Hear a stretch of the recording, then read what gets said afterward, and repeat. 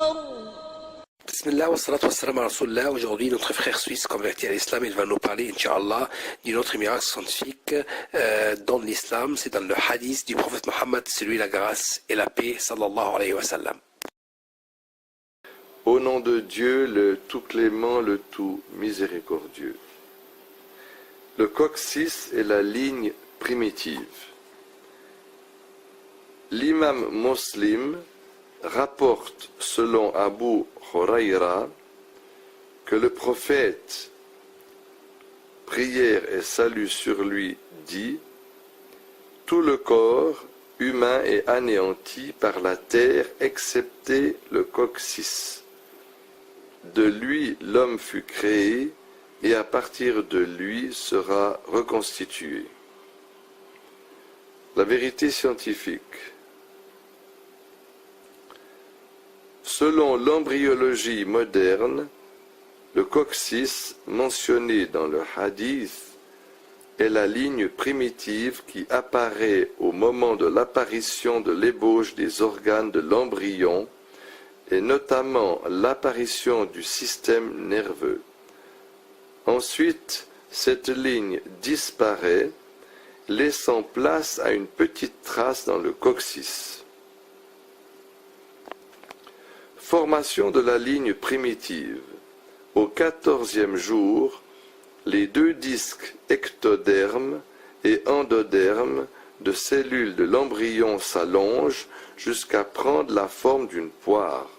La partie large se met en avant, tandis que la partie postérieure s'amincit.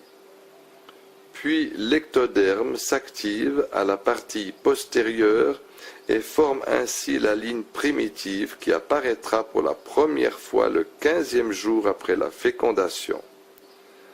Puis une division et une reproduction rapide surviennent, suivies d'importantes migrations cellulaires vers l'ectoderme et l'endoderme, ce qui favorise la création du mésoderme. Suite à l'apparition de la ligne primitive, le système nerveux commence à se former ainsi que la notocorde qui précède la colonne vertébrale, tout comme la couche médiane, mésoderme, se forme également. Puis la formation des organes de l'embryon commence. Mais s'il arrive que la ligne primitive échoue à se former, les organes ne se formeront pas eux aussi, ce qui aura pour conséquence que le disque embryonnaire primitif ne connaisse pas la transformation de l'étape de la formation des organes, y compris la formation du système nerveux. Vu l'importance de cette ligne primitive, la commission britannique Warnock sur l'embryologie et la fécondation humaine la considéra comme le critère qui permet de déterminer jusqu'à quand il est permis aux chercheurs et aux médecins d'effectuer des expériences sur les cellules souches restantes après une insémination in vitro. Après l'apparition de la ligne primitive et suite à sa grande activité, l'on constate ce qui suit.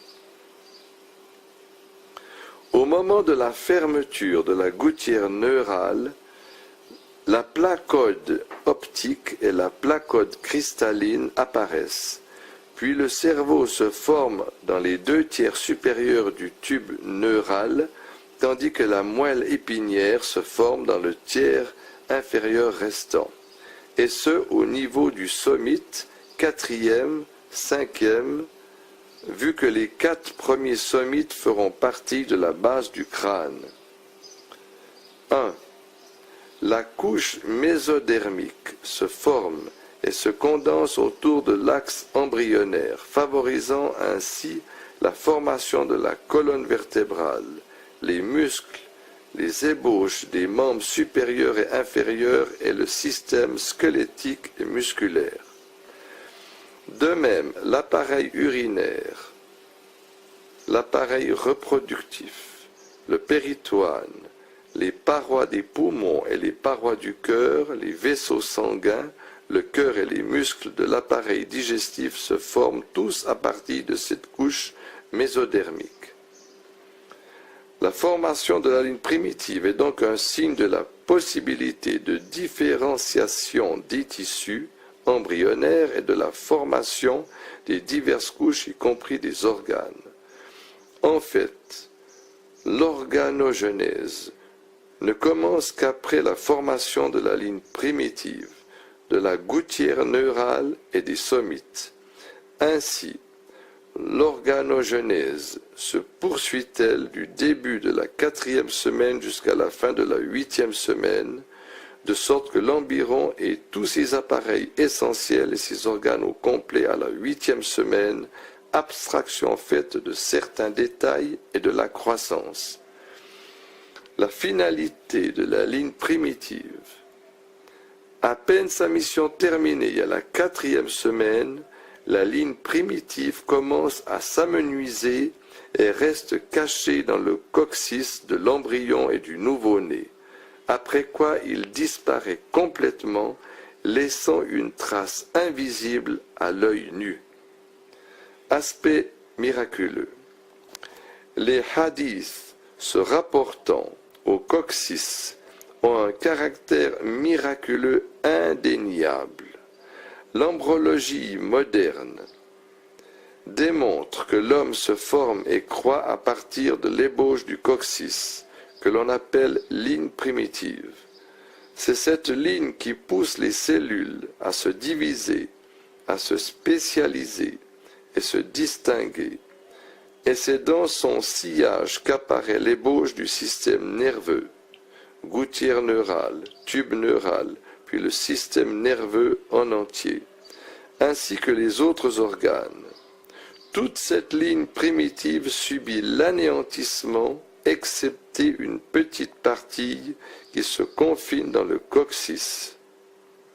Et plus tard, tel que le prophète, prière et salut sur lui, l'affirme, les êtres humains seront ressuscités le jour de la résurrection à partir de cette ligne primitive.